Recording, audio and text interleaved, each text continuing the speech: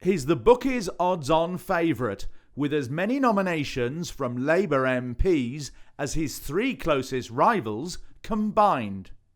Yet who is the real Keir Starmer?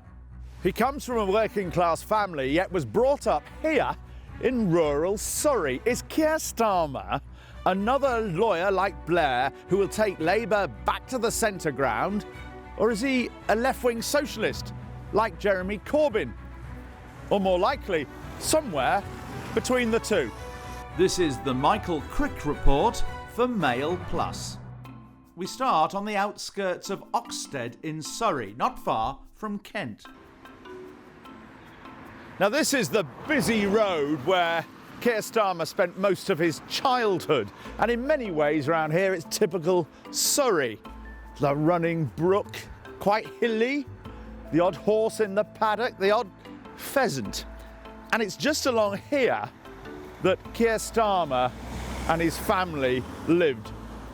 It's all a bit run down, and in his childhood it must have been not that comfortable living here. A family of 6, his parents, 4 children, his mother was disabled for much of her life and ill, and it's not exactly typical Surrey stockbroker belt. And the house now is up for sale. Here we are, I found it. 480,000 they want. Built around 1930. It's not changed hands since 1963, which is when the Starmers would have moved here. And it's yours for 480,000, though you might have to accommodate a blue plaque saying, "Here lived Sir Keir Starmer, leader of the Labour Party, 2022, I don't know, 2021? I've known him all my life. I lived in this road. Really? Yeah. What do you remember of him? He was all stuck up in his bedroom. He's always stuck up in his bedroom. Was he quite political in those days? I don't know, he just studied law. Right. In his bedroom. I didn't really have a lot to do with him. His brother was a good friend of mine. Right. What was his sister? His Labour-supporting parents named him Keir after the pioneer Labour leader Keir Hardie, and he claims a working-class background. My dad was a toolmaker, my mum was a nurse. We knew what it was like so many other families at the time. His father Rod, who only died a year ago, ran his own toolmaking business and even employed the young Keir for 6 months operating a machine in his factory. And what about his parents? What were they like? Lovely. Lovely people. His mother was incredible. Really? Why do you say that? She was ill. I can't remember what it was, but she always had a condition. Yeah. And Rod completely devoted his whole life to her. Yeah. And she always cooked down the road to mum and dad's, always had this smile on her face, but she's always in pain. Incredible woman she was. And would you say they were working class? Yeah. Oh, yeah. Oh, there's no pretence about them at all. Very hard working as well. Yeah. Very hard working. And their hard-working son passed the 11 plus into Reigate Grammar School. It was while he was here that Starmer helped set up the East Surrey branch of the Labour Party Young Socialists. And once or twice they went off and heckled their local Tory MP, Sir Geoffrey Howe. Later, after Leeds University, Starmer studied at Oxford, where he helped establish a left-wing magazine called Socialist Alternatives. It was inspired, says one of his fellow editors, by the Green movement in Germany and the growth of feminism. He wrote about the Wapping dispute and joined picket lines as a legal observer as print workers tried to close Rupert Murdoch's new printing works. But Starmer made his name working pro bono for free in the famous McLibel case, successfully helping a couple of anarchists who'd been sued by McDonald's for handing out hostile leaflets.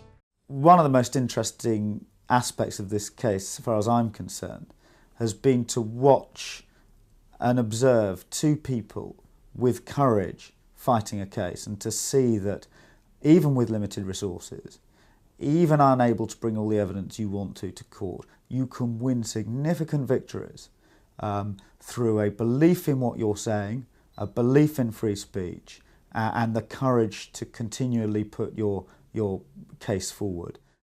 Though Starmer said the Iraq war was unlawful, the Labour government made him Director of Public Prosecutions. Some criticised him for not prosecuting the Met Police, for example, over the killing of Jean-Charles de Menezes, though he did charge several Labour MPs who were jailed for expenses fraud. His legal work brought a knighthood, yet strangely, he asks people not to call him Sir.